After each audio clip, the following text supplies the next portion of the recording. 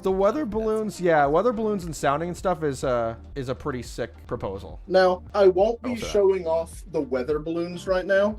It'll just instantly, the sounding will just instantly appear. If we want to see weather balloons, I can go in the code and make it so that we can have a weather balloon, but it will require a restart and take a little time.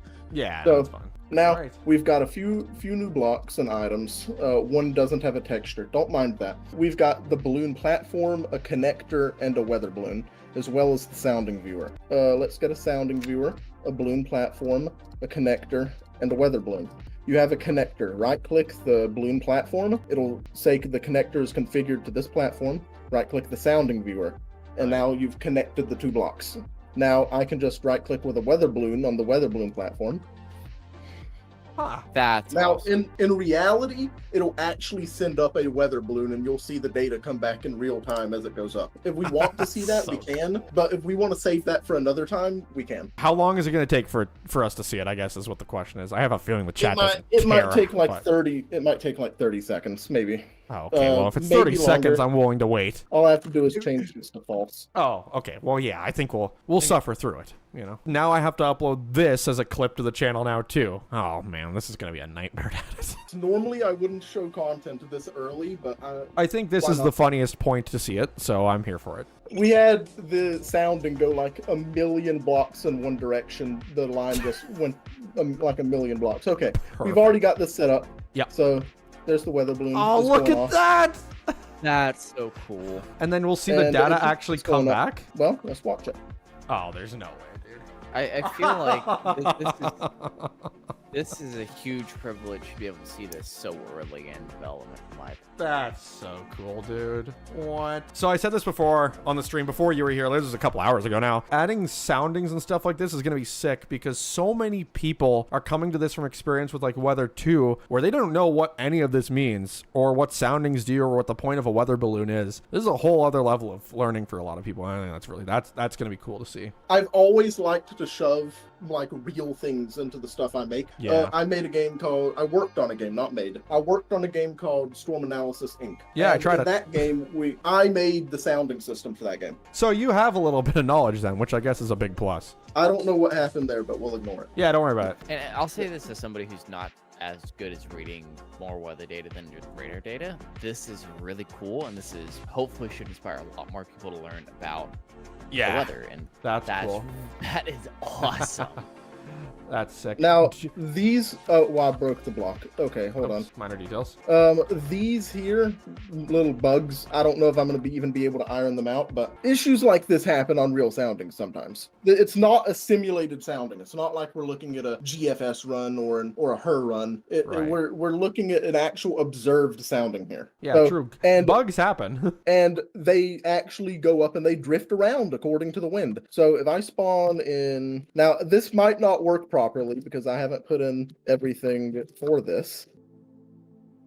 Okay, so you can right click it and oh, look at it go! Oh, see you later, buddy. Cool. Away she goes. That is that's awesome. Yeah. Right and we should get less accurate data because it's drifting over multiple places. Oh yeah, look at it go. Yeah, this is the worst sounding anyone's ever gotten before, probably. It's hilarious. This also means we can have contamination due to storms. If a weather balloon is moving, I believe this is how it works, correct me if I'm wrong. If it's moving horizontally enough, you'll get the whatever color bars they are, and be able to see, is this contaminated based on, is it near a storm and does it have these bars to a significant degree? I believe that's true, yeah. Chat or comments will tell us anyway, I'm sure, but I think if I'm wrong about that, I'll be corrected and I can go in and change my code. Yeah, exactly. How about that though? Look how contaminated this is. Which, I mean, yeah, makes sense. It got sucked away from us. I actually really quite like the little balloon. I think that's adorable. That's great. Biomes change. Well, that is the best jungle biome I've ever seen. I was gonna say, wow. This is the last thing I'm gonna show. Okay, just ignore the bottom part of the data.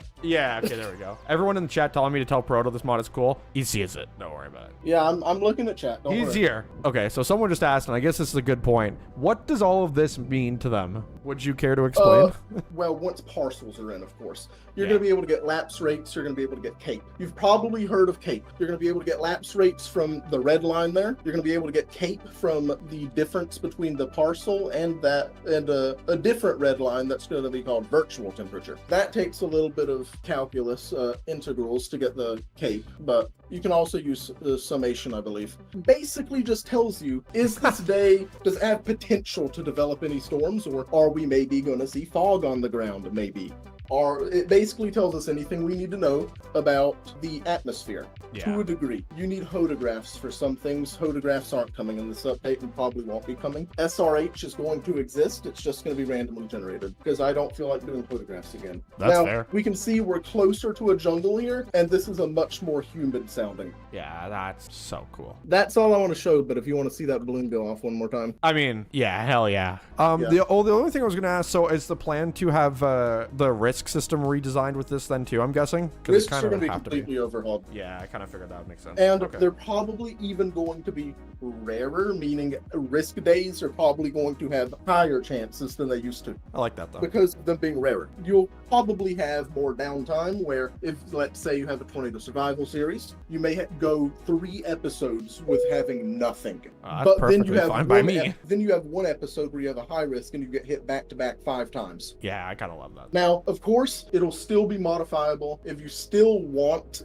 the system to be similar to how it was before, you'll still be able to make the risks more common. So if you want just insane apocalypse type shit going on, you can just configure it. That makes sense. By default, it'll come configured for long-term play. Airplane asked in the chat, are there snowstorms coming at any point for colder biomes or winter and serene seasons? Squalls can be snow squalls if it's cold enough. There you go. So they kind of already exist.